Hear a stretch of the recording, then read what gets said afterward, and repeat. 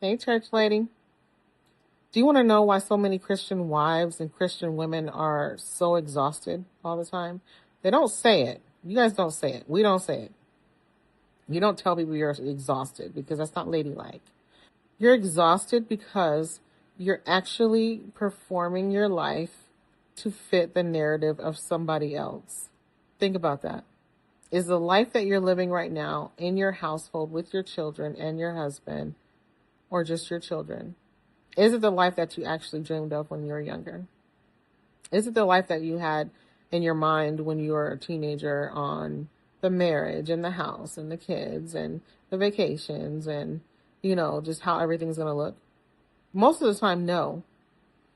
And it's because you are actually performing a life someone else wants you to live, doing the things that someone else wants you to do.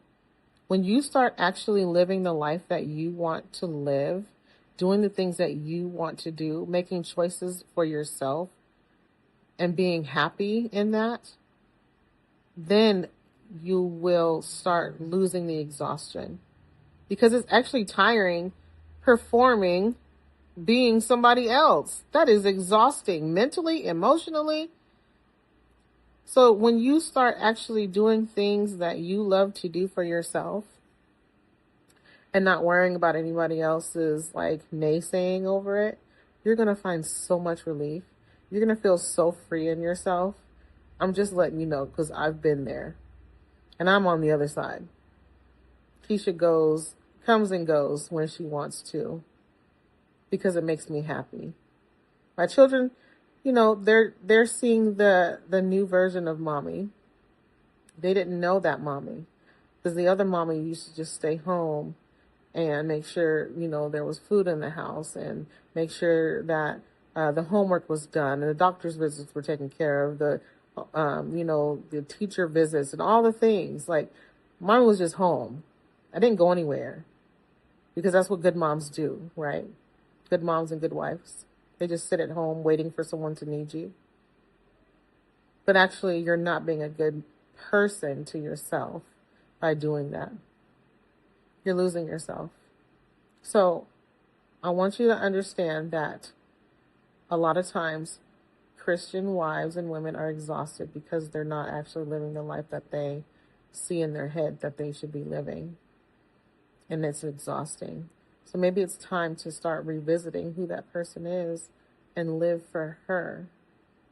You can still have the family, because they're going to live their lives and do what they want to do. The kids are going to grow up and leave the house and go fulfill their dreams and all the things. And then you're going to be home not knowing what to do. Where are you supposed to go?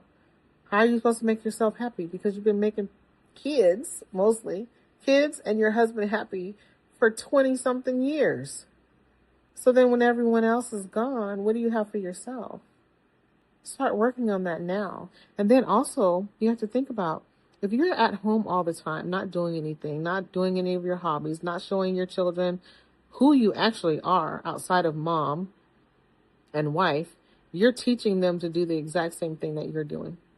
Is that what you want for your daughter? To think that that's all her life amounts to, is to being a wife and a mom and staying home, catering to everybody? Or do you want her to live a very robust life and travel and go, do things with her friends that she deems really exciting, explore new places? Like, what do you want for your daughter? So think about that. And then also, how do you want your sons to perceive how women are supposed to be? Do you want him to think that women are only put on this earth to serve? Because from the outside looking in, that's all you're doing.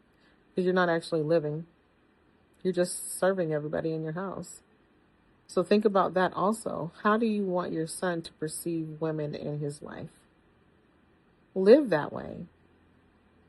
These are some conversations we don't be having, but we need to, because it's important. So I got that off my mind. I just wanted to say that. You go and have a great day. I love you, love yourself, and love others.